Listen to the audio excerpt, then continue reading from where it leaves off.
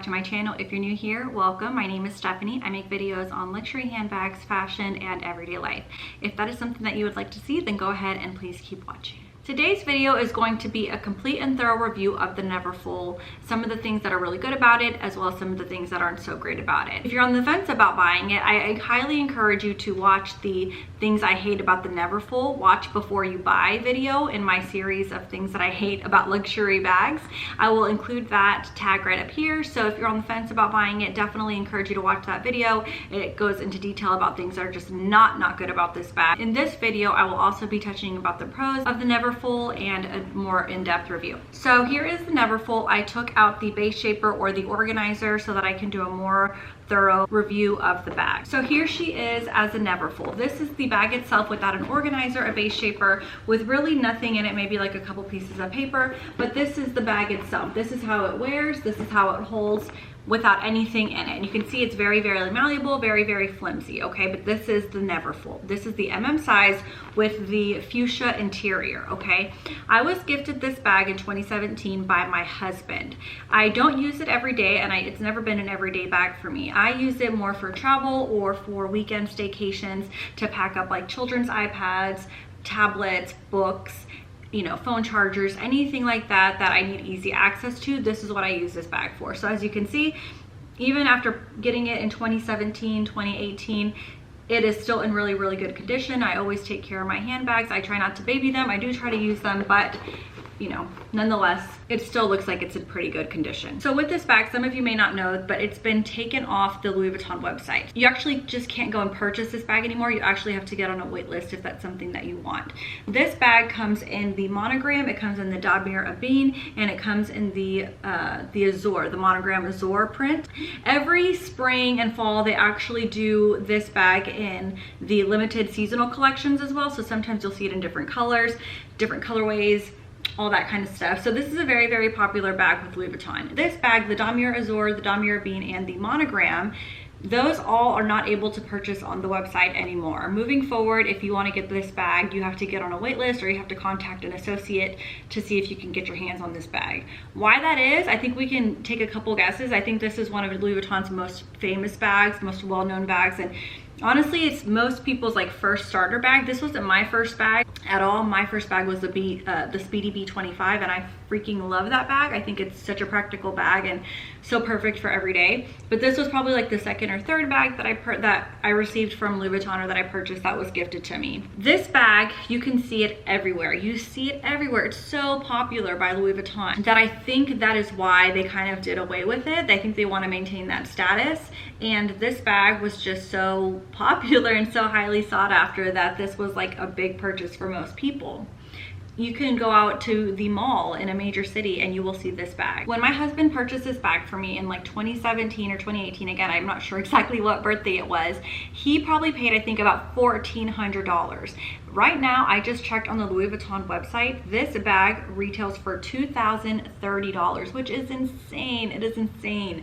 But that is what the economy is doing to everybody and everything. Right now, actually, you can get the Peony monogram. It's in stock. I don't know if you guys can see that. It says in stock. So there are bags that are being released, but it's just not as common as it once was. I think they're scaling back on how much they are putting out to consumers to purchase this bag. With the monogram, it comes in 3 interior colors. I have the fuchsia, also get the beige, and then you can also get the peony, okay? Those are all different colors that this bag comes in. The bag also comes with a small little envelope clutch. Mine came with that as well. I, however, gifted that to my mom, so I've never used it. I do think that is a big plus to the bag, that little envelope, because it's got a strap on it and you can just take it as you go to the grocery store, shopping, or anything like that, and it holds quite a bit. So like I said, that is worth it alone for this bag. This bag comes in 3 different sizes. So this is the MM, which is, I think, one of the most popular ones. The PM is just a little bit smaller, and then the GM, which is much larger. In the future, I do want to get the GM size of this, and I want to get those customized stripes that go down it. I think that would be really cute, and I want to get that for travel, because you don't see that everywhere. You do see the Neverfull everywhere, but you don't see a lot of the customized Neverfulls, and I do really want one. So that's later down the line, not anytime soon, definitely not on my near wish list, but I do think those are really, really cute. As you can see, the bag is really, really slouchy on its own. If you're gonna purchase this bag, I do suggest that you get a base shaper or an organizer to kind of help keep the silhouette. Canvas bags, typically they can fold on each other and they can kind of create creases in the canvas.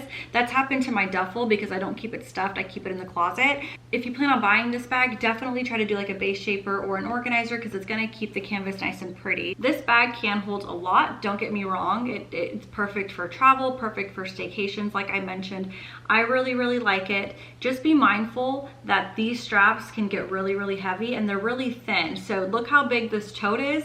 When you stuff it, these straps can dig into your shoulder. I will say I tried on the Damier Ebene in the store, and if I had to choose between that one or the Damier Ebene, I would still pick this one. The straps on the Damier Ebene are more stiff, and so they're not as malleable and they're not as comfortable. The downside, of course, to the monogram versus the Damier Ebene is that the Damier Ebene is weatherproof, so to speak. You can take it out in the rain, you can take it out in the snow. So if you're looking for an everyday bag with the Neverfull, definitely go with the Damier Ebene because it's much more practical and you're able to get a lot of use out of it, because you're not gonna have to worry about the vachetta getting stained with watermarks or anything like that. If you're looking for something to just kind of use here and there, I do recommend the Neverfull with the vachetta because you're able to take care of it more. It'll keep the vachetta looking really nice and the color will stay really, really pretty. With the vachetta, if you get a watermark on it or even like lotion or any kind of oils, anything that you might kind of carry on yourself like perfumes, it can stain the vachetta and it just doesn't look very nice in my opinion.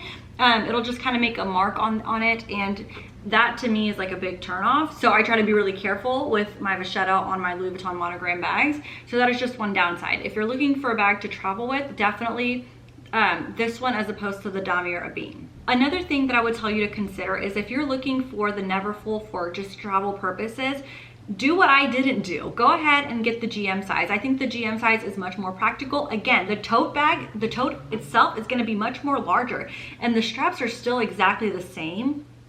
So that might be a big of an issue because you can fill it with more things, but the straps are still gonna be a little bit more uncomfortable. If you're only using it to kind of set it on top of your luggage while you're in the airport and you're not gonna be carrying it long ways, or you're gonna be using it for staycation, so you're just gonna be putting it in the car and then taking it out of the car to the hotel or to the Airbnb or the bed and breakfast wherever you're staying, I do think that the larger size is better. This one, you could use it as an everyday bag, you can use it as a travel bag, but like I said, I use it more for like travel. The PM size, I don't know if I would really buy that. I think that's cute and trendy, maybe if it's like an everyday bag. Of course, it's much smaller. I think the smaller bags are coming back in style. If you like the Neverfull, you don't want it too big, you're not gonna use it for travel, you're not gonna use it for leisure, you're not gonna use it for staycation, the PM size might be worth getting. The bottom of the bag does not have any feet or studs, so this is what the bottom looks like. So if you're going to sit it down somewhere, I would be careful. It is canvas, so it is going to be much more durable, but just be mindful of that whenever you're setting it down somewhere. The sides of this bag also can cinch in, so let me show you. And you can use it like that, so it gives you a little bit more of a different silhouette. This is really cute. I actually never use it like this because I just don't use it every day. I only use it for travel or for like weekend staycations, and I need more of the bigger silhouette when I stuff it. The bag on the inside has a thin clasp that closes like this. So there is the thin clasp. It doesn't, I'm gonna be honest, it doesn't keep a lot of things out and it doesn't prevent things from falling, but it does kind of add shape to the bag and kind of keeps everything kind of together. Because it is so big, your keys can tend to get lost in it. If you have keys, there is a little kind of D-ring hook on the inside of it, which is right there, and you can kind of attach your keys or anything else like that, or like a keychain that you need easy access to right there. It also has a pocket on the inside, and it's just the one pocket. That pocket is pretty big, so it could definitely fit a lot, but that's pretty much all that is in the bag. If you still like this bag in 2023, I think for the most part people do. I think this is a great starter bag for your first designer bag, especially from Louis Vuitton. It's very, very popular, and it's kind of like, I don't know, maybe like a luxury bag bucket list. Some people either love it, some people hate it, some people think it's you know, a basic bag. They see it everywhere, but you know, who cares what other people think? If you like it, go ahead and buy it. So that concludes the end of this video. If you like it, I encourage you to give it a thumbs up or drop me a comment. If you like luxury handbag videos, Louis Vuitton videos, anything like that, I would encourage you to subscribe. As always, thank you guys for watching, and I will see you guys in my next video. Bye-bye.